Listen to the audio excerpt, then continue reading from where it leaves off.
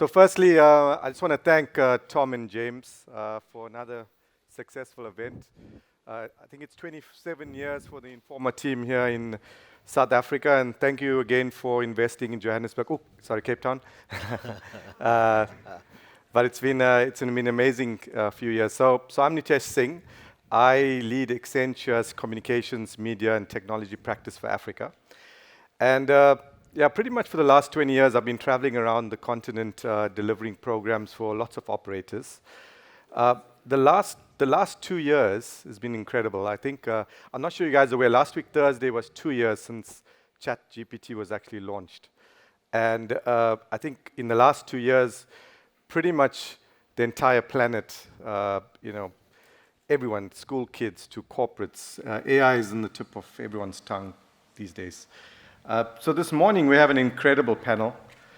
Some of the world's largest hyperscalers, our largest operators in Africa, and our largest bank in Africa. And we're going to talk to you guys about their views, their thoughts around AI and connectivity around the continent and how to get it right. So let my panel introduce themselves. Ryan, over to you. Cool, thanks Nitesh. Good morning everybody.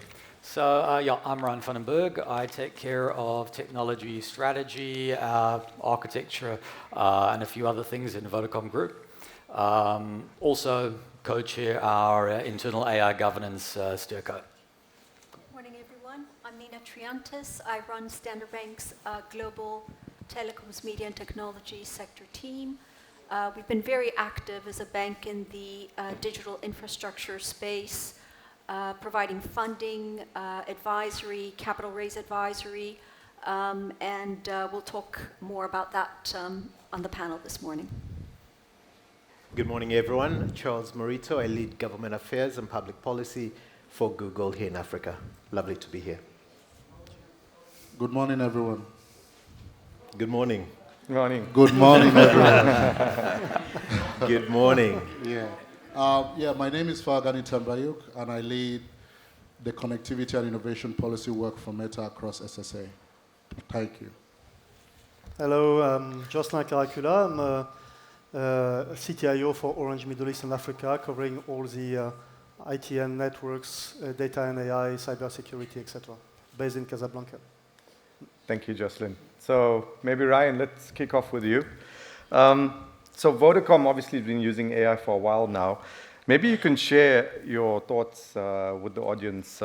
What are the tangible benefits you guys are seeing from a Vodacom perspective? How you're leveraging AI across your footprint? Oh, cool. Thanks, Nitesh. So, yeah, I think to your exact point, we have been using AI for quite a while. If we look at sort of, should we call it traditional AI? We've been using it for quite a few years, and I think, especially for personalized offers to our customers, about 50% of our prepaid offerings in South Africa, for context, are all based on sort of personalized offers. And we've also been using it for various other things like fraud detection. We've been using it to do, obviously, network planning, optimization, and, it's a well-established capability within the organization. But I think it's interesting you bring up the ChatGPT point, because I think over the last sort of, shall we say, 24 months, the advent of generative AI has allowed us to enhance that initial capability and to bring in the benefits of generative AI, but it's also created some interesting challenges. So I think, what really is the benefit of having large language models? The benefit is fundamentally you can actually speak in a language in a way that we are all naturally used to doing.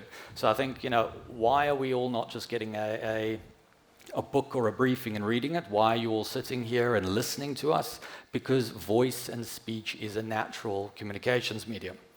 And what we found is that sort of large language models, if you're talking very generically, we can use them to sort of summarize data. We can use it to understand vast quantities, quickly do sentiment analysis. We can use it for searching large amounts of documentation, and we can use it to improve how we engage with our customers.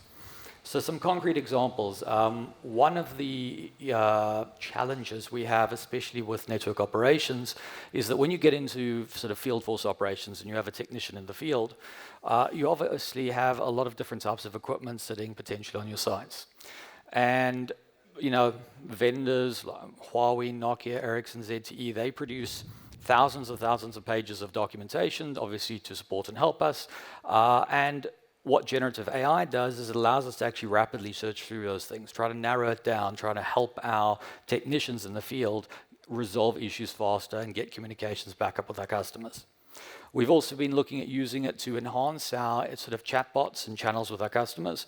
So our Toby chatbot that we've been using now sort of going to become Super Toby, and it's we already are sort of factoring in different languages, different other capabilities. So it now speaks, just within, the scope of South Africa, both English and isiZulu.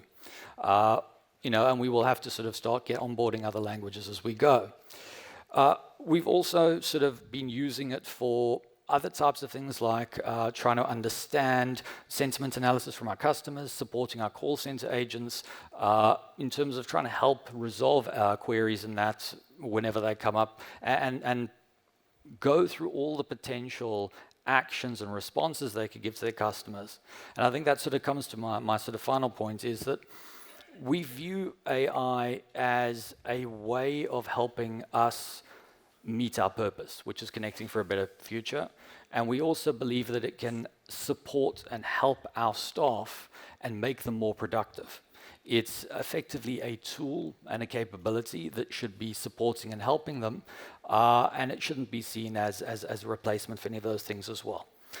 It's about the human element and trying to actually bring that or enhance that, should we say. Amazing. So Nina, over to you. If you think of Africa, 54 countries, Standard Bank across the continent, what are some of the opportunities and trends and challenges in your mind? What are you guys seeing across the region? Thank you, Nitesh. First of all, we're talking about connectivity for AI on this panel. AI in Africa is still in very, very early stages in terms of use cases and use of AI to propel Africa's growth. At the moment, Africa accounts for less than 1%, maybe 0.5% of global language models and machine learning. So we're at a very, very early stage, and it's the most demanding platform shift in terms of what's required to support AI and AI use cases. So connectivity is very important, and connectivity is very important in certain places in Africa. The deficit is huge, and so it varies quite significantly.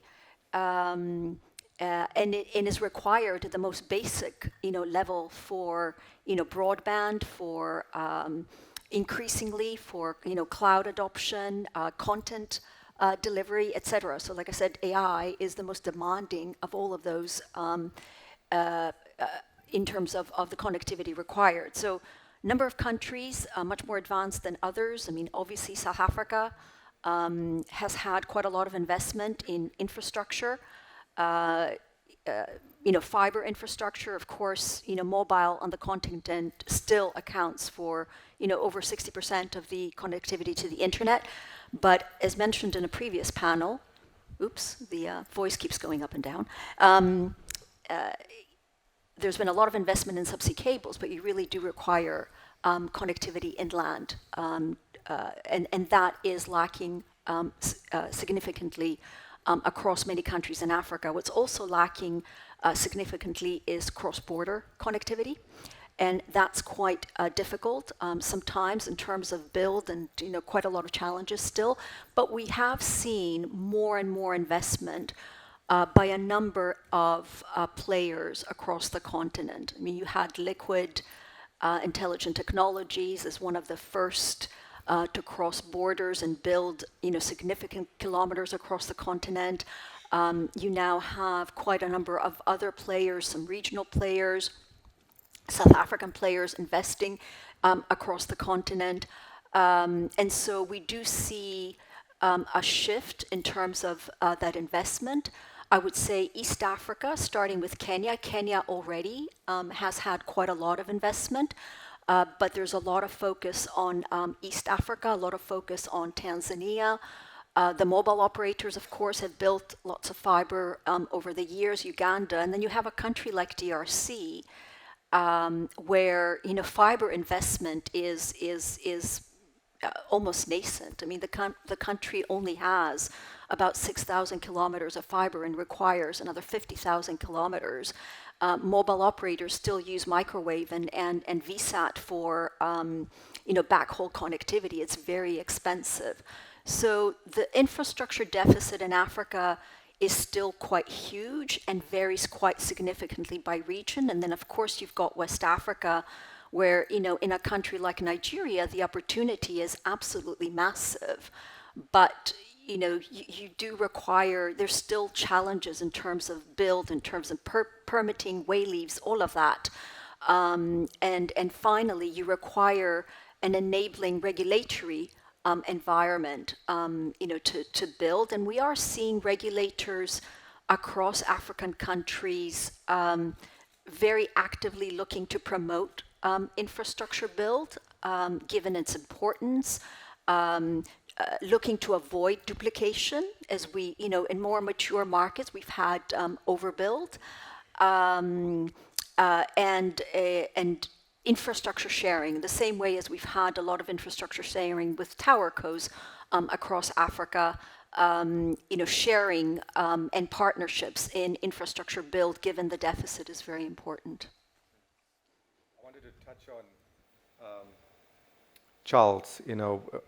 Nina mentioned some interesting points around infrastructure investment, and Google has landed a data center not too long ago. You guys are in the heart of it.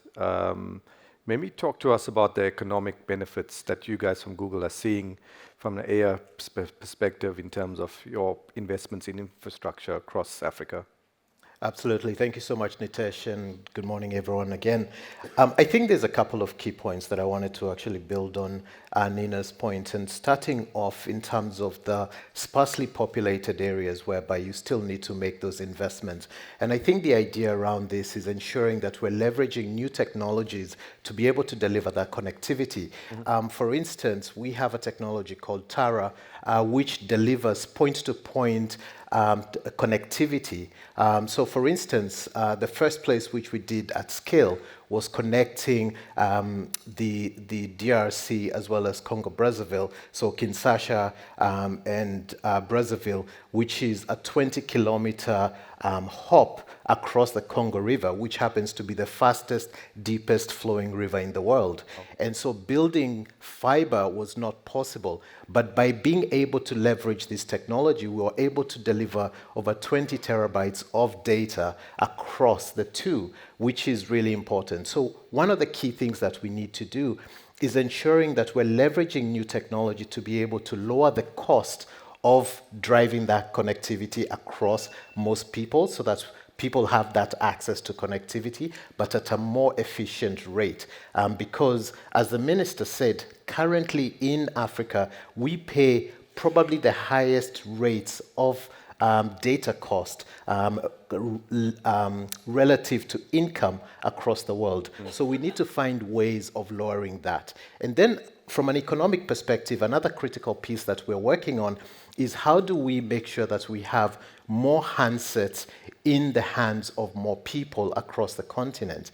And for that, it's collaborating with telcos, for instance, to see how we can be able to do a pay-as-you-go model similar to what you've seen in the West, whether it's in Europe or in the US, where somebody can walk in at a small fraction of the cost of the device, be able to walk out of the shop, but still pay on a month-to-month basis. For that, again, we've leveraged a new technology called Device Lock Controller, which enables telcos to be able to hand over those devices, but track where those devices are, because in the West, you do have a better credit scoring system, which can make those decisions of who do you deliver a device for. So again, to be able to deliver the economic benefit, we need to find new sources or new ways of technology, leveraging those to be able to get more devices into more people's hands, connect more people, leveraging the technology that's new. But lastly, the collaboration with government. We need to find ways which we can lower the cost of devices by lowering the taxation regimes across the continent. Still, Africa, people pay more in taxes than many other places, especially at the consumption tax, right? So we need to work very closely with governments to be able to see the bigger picture of the economic opportunity that connectivity drives, and therefore start giving rebates and to telcos and other resellers of devices. We want to see more assembly of devices on the continent so that more people can be able to have jobs, right? If you're driving more assembly in the country, you create more jobs. Secondly, when people can get those jobs, they can afford more things. So it creates this ripple effect. So when you think about the economic benefit and what we're trying to see or to do across the continent is ensuring that we're working closely with other industry players, working closely with government, and lastly, leveraging technology to be able to deliver connectivity to more people. Thank you very much, Charles. So, I think it's interesting. You talk a lot about collaboration and working in an ecosystem, which is so important here. And all of you need to do it together. But I want to continue with Ferragani on the economic benefits of this, in terms of, what's Meta's view, Ferragani, around, implementing and deploying your infrastructure for AI across the continent. How do you guys see it? How do you guys get it right? What's the challenges you're seeing? Same as Charles, or what he's seeing so far? Yeah, I think first off, just to kick us off, like when you towards the tail end of the panel and you asked questions last, you tend to repeat what everybody else has said, which makes it very challenging. So maybe on the next round you could start. We'll start with you. Yeah. But my response to that would be along the same lines of what Charles said and what Nina said. It's clear, so it's undeniable that connectivity is really the foundation of the sort of digital transformation and ensuring that Africans have the economic opportunities and grow and improve their lives. So connectivity is that foundation, and we've been at this connectivity journey for a while, and there have been improvements, but the challenges still remain, and some of those challenges have been touched on by Charles and Nina. I think first off is the question around investments. So how do we create an environment for companies like Meta, Google, and the telcos to invest? We continue to be on a continent where there's a lot of desire to invest, but there are a lot of roadblocks as well. So how do we eliminate those roadblocks? I think if I was to use the Two Africa project, for instance, where Meta, with a number of Pan-African and global companies, have come together to invest and build this longest subsea cable in the world ever, which would connect the three countries from Africa to Europe, Middle East, all the way to India.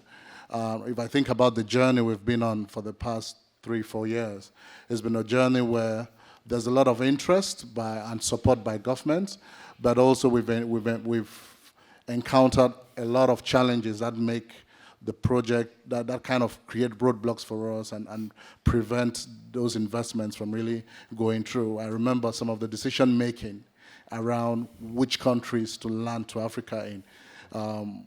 When we looked at different countries across the continent, a country like my country, I'm from Cameroon. There was a lot of interest by several partners to land in Cameroon, but the challenge there is that you can't invest in subsea cables there because there's this monopoly where the national carrier is the company that has to land and manage subsea cables. So because of such blockers, that investment didn't go there. Another key thing is really ensuring that you put in place partnerships where there's kind of like a win-win for everyone. Over the years, we've been successful at bringing different partners with different interests together to build and do a lot of stuff on the infrastructure, on the connectivity side. So I think of projects in Nigeria, in DRC, where we've partnered with quite a few people to lay cable, in Uganda and South Africa. So across the continent, there's that desire, and there's a lot of interest from people from across the ecosystem to work together and partner to roll out this infrastructure. So those are some of the challenges that maybe partnerships and coming together could help us solve, and we're seeing that across different connectivity layers. And I think when Charles was talking about the different technologies that they put in place, and I think that's the way to go. Like, we need innovative technologies. We can't continue to be rolling out connectivity in the same way we've done in the past. So we need innovative technologies. But that brings me maybe to the last and most critical point, which is what really underpins all of these things I've talked about, whether it's investments, the partnerships, and the technologies. It's really that enabling policy and regulatory environment. Because more often than not, private sector is very interested. They see the opportunity, they have the interest to invest. But our policy and regulatory frameworks across the continent do not just support this sort of investments or this sort of innovations. For instance, if you think about the work that we did as a community with the African Telecommunications Union on opening up the lower 6 gigahertz band. So the African Telecommunication, together with governments, came up with this framework, recommendation 005, that provides the frameworks to open up that lower 6 gigahertz band. But if you count the number of countries that have implemented that framework and enabling those ISPs that want to leverage 6 gigahertz to deliver connectivity, they're very few. But this is a framework that has been published by the African Telecommunications for, I think, almost over 2 years now, going on 3 years. But very few countries are actually implementing and opening up that lower 6 gigahertz band. So there's that need to really create that enabling policy and regulatory framework that will ensure that the innovations are not blocked by policy and regulatory barriers, or even encourage investments in rolling out infrastructure or rolling out new ways of connecting people. So I'm going to stop you, but I'm going to go into something a bit further around, there was a lot of issues around some of your infrastructure on the subsea side, right? There was issues from a policy perspective. You touched a little bit about it. What can you see from a policy perspective to help? I mean, there was lots of disruptions when those cables were being rolled out. If you could speak to ministers and governments, and probably a lot of them are listening, what would you say to them? Yeah, I would say there are a lot of things that need to be done. I think first off is just open up that segment of the industry. Right. Enable competition, because what we've seen in some countries, and again, this relates to my country in Cameroon, but there might be other countries where even the cross-connect fees are regulated. So you can't have operators compete because they have to maintain a certain level of cross-connect fees. Or even the fact that only one entity, and is usually the government affiliated entity, can land cables in a specific jurisdiction. So what that tends to happen is fewer cables will land in that country, and when one cable goes down, then that country is completely cut off. So just enabling competition will drive a lot of private sector players to come together, invest and land a lot of subsea cables, and through that you can also enable provide that redundancy, that resilience, because if you have multiple landing points, multiple cables landing, when one cable goes down, the country is still up online. I think also the other bits is even some of the design aspects of the system. Like when we're designing to Africa, some of the things that we did to kind of limit the cuts or to enable that redundancy is the use of, we actually went beyond the guide, the recommendations that have been set up. So like the depth in which we're burying the cable is way deeper than than what you'll see typical cables doing. And even like where we're laying the cable, we've identified areas where there lots of cable cuts, and we've tried to avoid those areas. And also, I think it also relates to having putting in place like measures to protect those subsea cables. For instance, if governments come together and say, this part of my maritime waters are dedicated to cables, no fishing, no anchoring in those areas, then you see some of those cuts might be prevented. It's also about creating a mix of technologies as well. So yes, subsea cables are important, but do we have in place frameworks that support other types of connectivities, whether it's satellite connectivity, so that redundancy is there as well? Fantastic. So maybe, Jocelyn, over to you from an Orange perspective. What is Orange doing from an AI perspective to make your business more resilient? How do you touch on consumers? What are you guys doing? Well, there have been a number of cases that's already presented by Bolot and by this panel previously. So we are, first of all, what we are working on is about use case providing value for our customer or performance to our network. So we are doing that with our partners or by ourselves. So this is the way we start of using AI, because there are very important use cases. But what we want to do within Orange and Orange Middle East Africa is to shift from importance to strategic. What we foresee is that we cannot imagine, for instance, in a decade, a world where AI is absent from one telco operator or whatever. So this is a very strategic line we want to go to. In terms of networks, yes, so there will be a lot of question about capacity, latency, etc. But if we come back to the, let's say, AI use case continuum, life cycle of AI, for instance, we have 4 phases. There is a training, which has to do with LLM, large language models, computing a very large number of data, maybe 10 or hundreds of billions of data.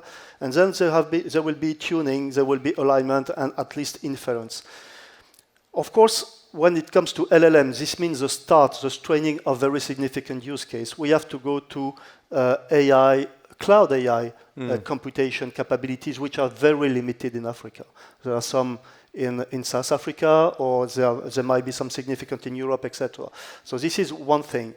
But today, what we are looking is that what we are experiencing is that even for the other part of the continuum model of AI, we are obliged to continue on these cloud AI capabilities, which is very, let's say, consuming in terms of capacity, etc.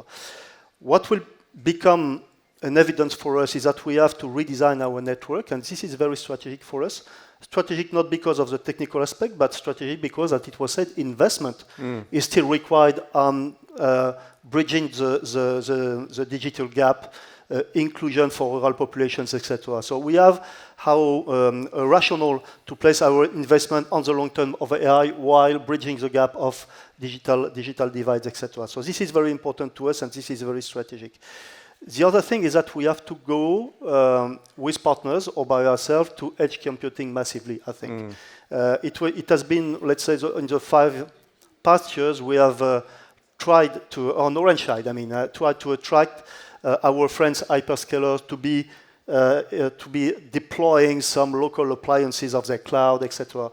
Well, the model does not work for today, just starting. But I think if we want to achieve a very significant jump and progress in AI adoption, this will be a condition for getting more, let's say, close computing, enabling for, let's say, less need for international capacity, the configuration of low latency, etc., etc.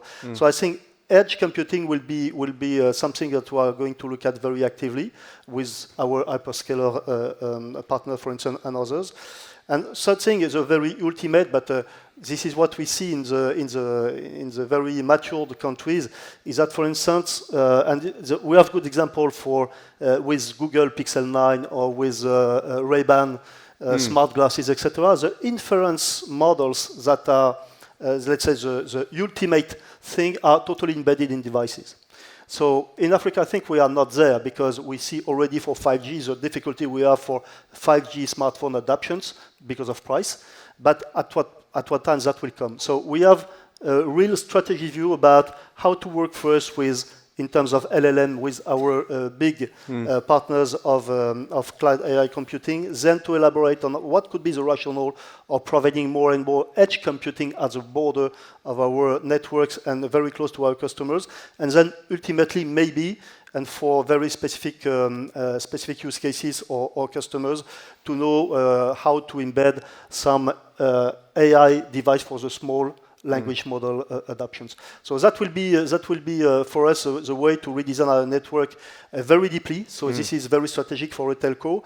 But at the end, we are convinced that telco will have a real opportunity to reconsider what telecommunications are, to provide, let's say, more performant network and very much enriched experience to our customers. This is very important to us. Okay, very, very valid point.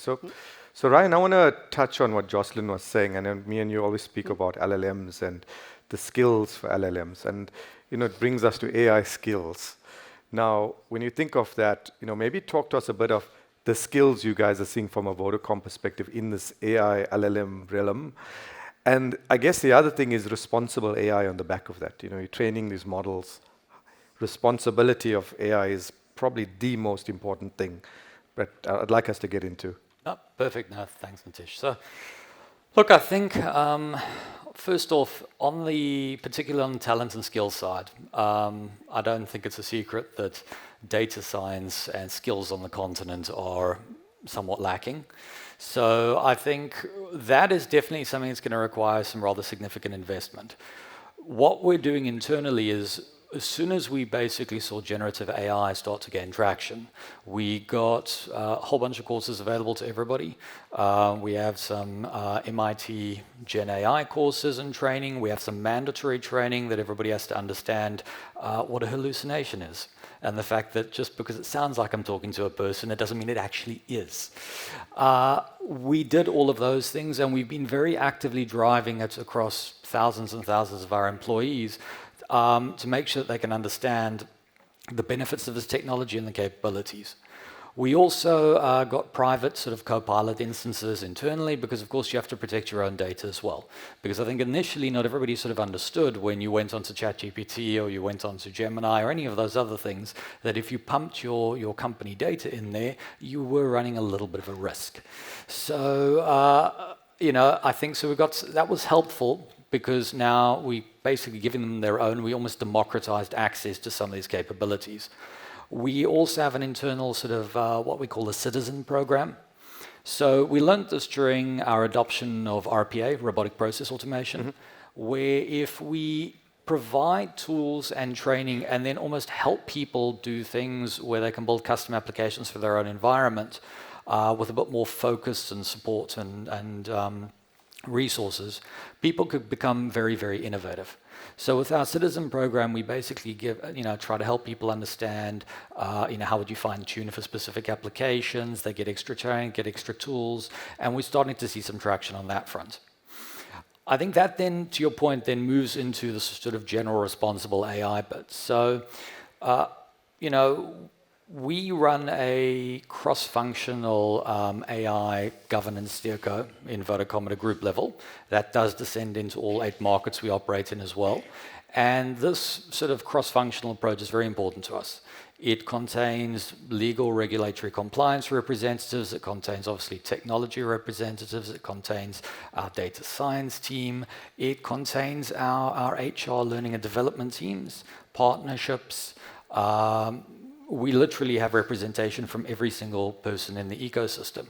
And why this is so important is because when you actually sit down and build these things, they touch on every aspect of the business.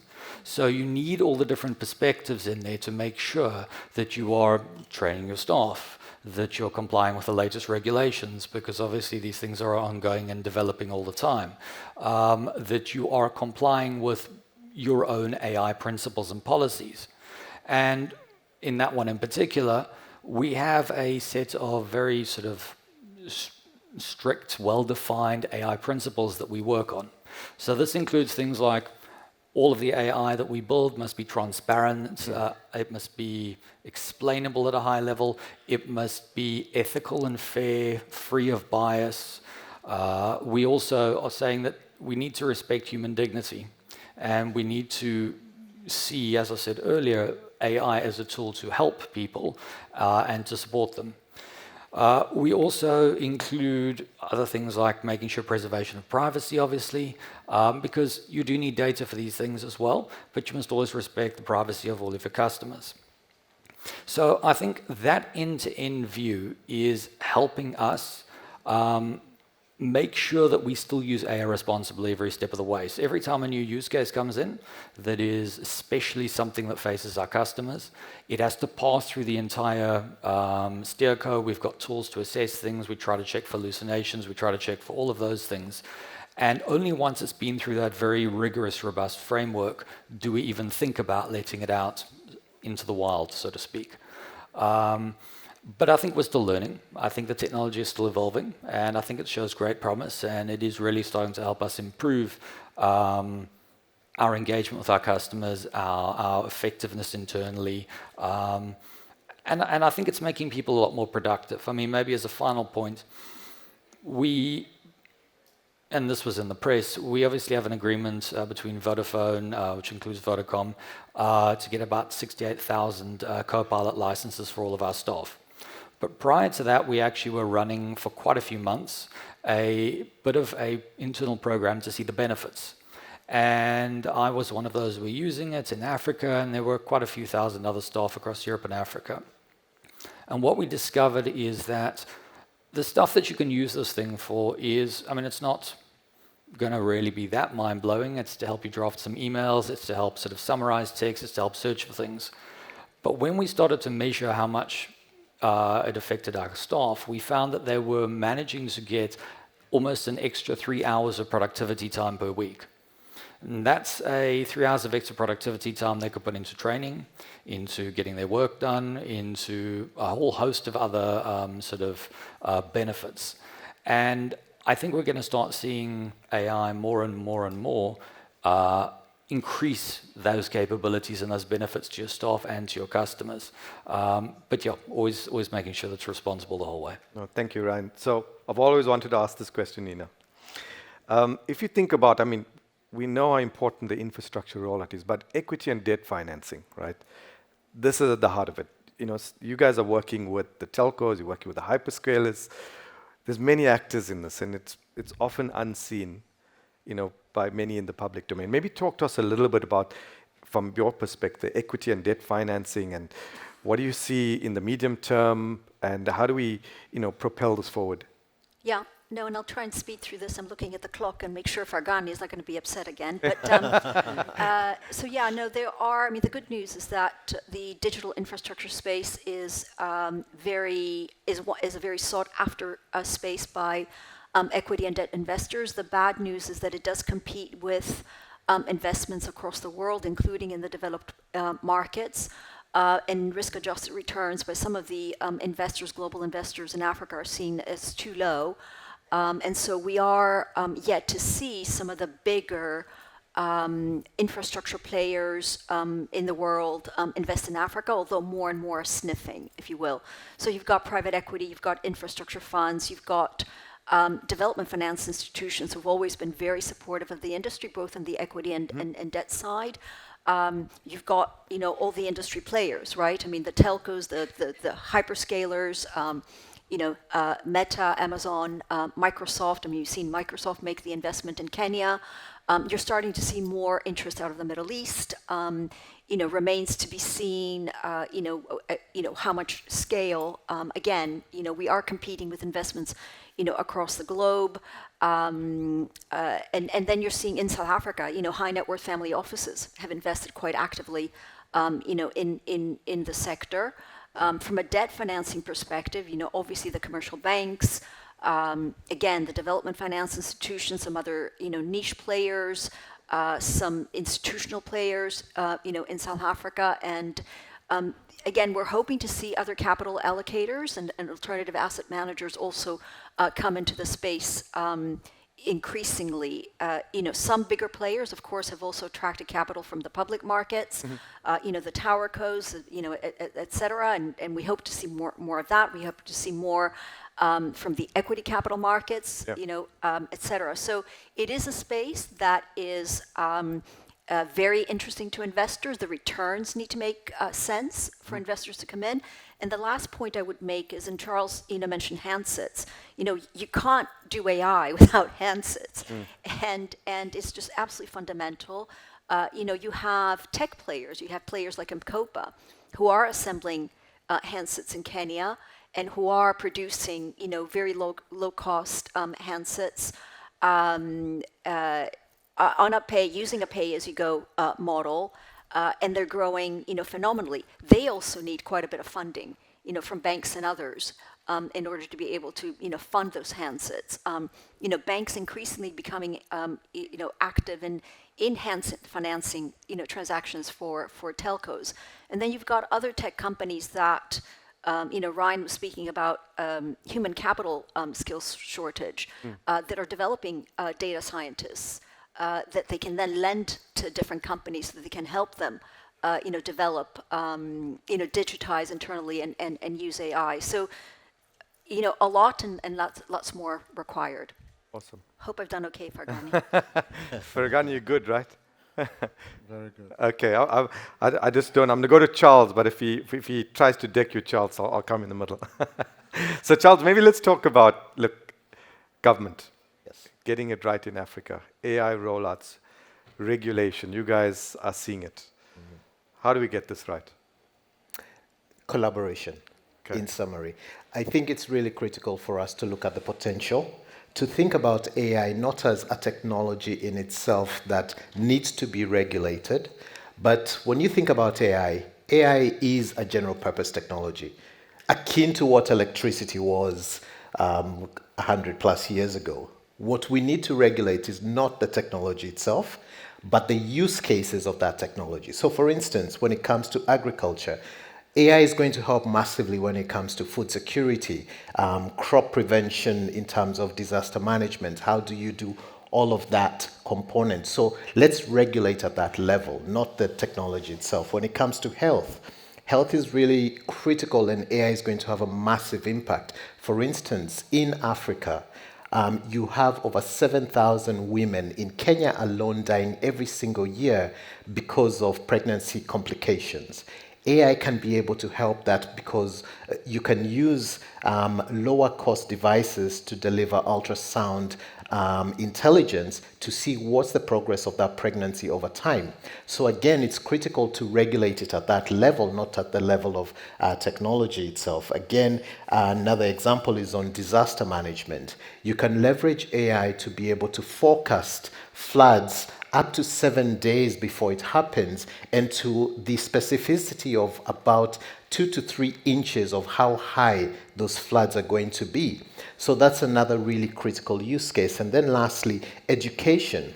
AI can be able to deliver customized learnings for different students, whether you're seeing students, for instance, who have learning difficulties and the like. So again, it's critical to look at AI regulation at that particular level. So when you think about the collaboration between private sector as well as government, we really need to think about it by breaking it down in terms of what is the AI technology being used for, and how do you regulate it at that particular point? But what's also really promising is the fact that we've seen a lot of precedents, especially Africa taking a really key step and leadership role.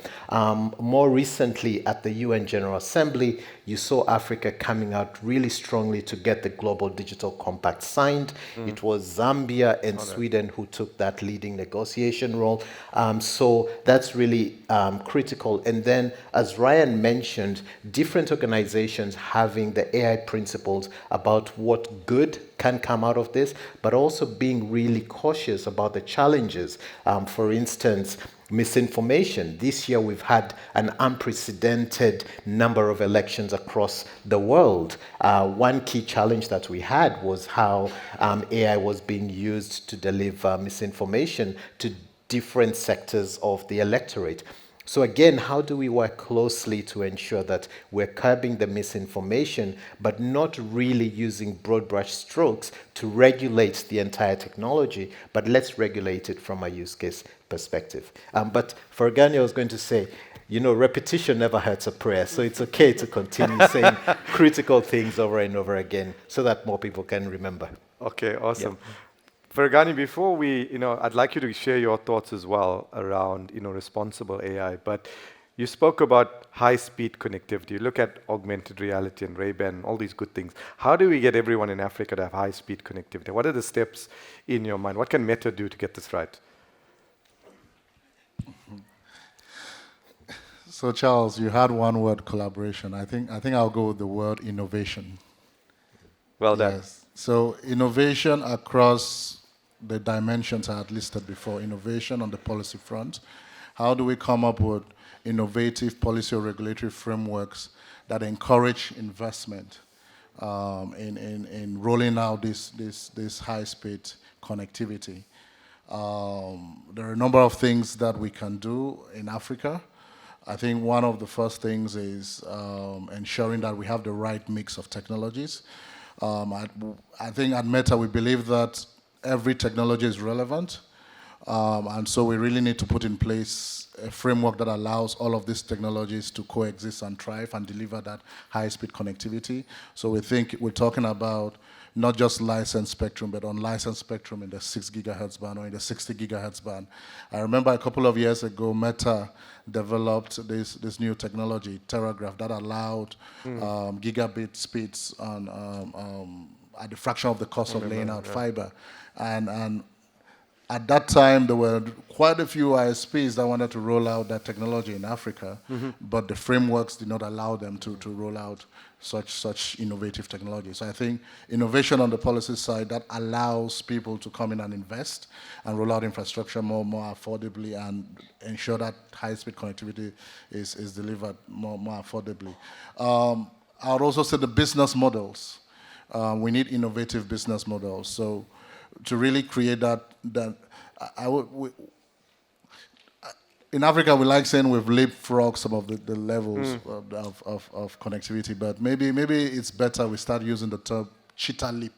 Cheetah leap. Yes. Okay. So to cheetah leap and really ensure that everybody in Africa is able to have access to this and use that high-speed connectivity, we need innovative business models. And we've seen this already. We already know the places that are looking at rolling out shared 5G networks to enable high-speed connectivity to be delivered more affordably, and ISPs can now leverage that network, share it, and deliver services to people across the countries. We're seeing things, very innovative business models like satellite Wi-Fi, where you can pair satellite and Wi-Fi and deliver high-speed connectivity all the way to rural areas. So these are things that we need to be doing more of them. And also, even the technology that is used to roll out the networks, we need to ensure that different types of technologies can be rolled out very easily. And that's where things like regulatory sandboxes come into play, where people have this innovative idea, but maybe the policy and regulatory framework doesn't support it. They can leverage this regulatory sandbox environments to roll it out and test it out and show the relevance to the people. And maybe lastly, and this is something that like Charles said, repetition is also important. We all know it, but we need to keep doing it. Is addressing things around relevance and readiness. So things like digital literacy, the skills. What do we need to do as an ecosystem to ensure that once that connectivity is in place, people are using it in a meaningful manner? And I think there are a lot of stats out there. I think GSMA has one where they have a high percentage of people live within this high or this where there's a network, but they're not using connectivity in a meaningful manner. So yeah. Thank you. No, I think I'm cognizant of time, but Jocelyn, I like what Faragani was talking about, cheetah leap. And I'm sure Orange is cheetah leaping all over the continent. But challenges, maybe as we think about, how we're overcoming those challenges in AI and in your organization? Challenges are multiple. So there was already some challenges elaborated there about skills, about capacity, latency, etc. I think the challenges are related also to to additional things. I mean, for what has to do with the AI, we have to consider end-to-end service. Yes. You know, when it comes, for instance, to the obligation of getting very low latency, to 20 to 50 milliseconds for real time, even for 2D or 3D videos, etc., we have to consider the latency as a service, meaning the network latency and the AI application computation latency. And this has to do with collaboration between all players all along this end-to-end service connectivity. I say that because we are in terms of traffic modeling, we are very far from maturity, and we should together, I think, have a kind of permanent observation about how the traffic behaves in terms of capacity, in terms of latency, in terms of categorization of traffic. This is very important because we have entered into the 5G area, but not on the 5G SA area. And what we strongly think, is that AI, let's say, interacts a lot with 5G SA capabilities, meaning slicing and differentiating quality of service and IoT, massive IoT in that. So at one point, I mean, telcos such as Orange or Vodacom has a real strong role in this end-to-end chain because we will participate very actively on backboning these AI capabilities. So the end-to-end view is very important for us, and it's a real challenge because it's new and it's not modelized yet. So this is very important. I will stress one point as well, which is key for us and on which we cannot be competitors together. It's cybersecurity. Cybersecurity is something we have, and Broadby elaborated a little bit about it. AI is a real change for us to go to very elaborated use cases, including for cybersecurity. But at the same time, the malicious and the malware attacks are benefiting from this technology advance. So there will be much more attack surface because much more devices, much more capability, much more different data models, etc., which will bring additional surface for malware, and this will be more sophisticated way to attack our networks, attack our infrastructure, because we know how performant these malicious players are. So we have to be all together for that, all together. And I think we are far from that, even in the current context of traditional telcos. We should be better than that. We should be more performant, more collectively working on this type of risk. So I will stop there because there are many challenges, but I want to stress that it's very important. You know, the investments and all the business and the image and customer satisfaction can be totally destroyed in 1 second by this type of thing. So we have to be protected. No, thank you very much, Jocelyn. So we're out of time, but 30 seconds or even less. Any last words from you guys? Even less, as she says. Everyone good. Okay, guys, I think that's it. Give this panel a big round of applause.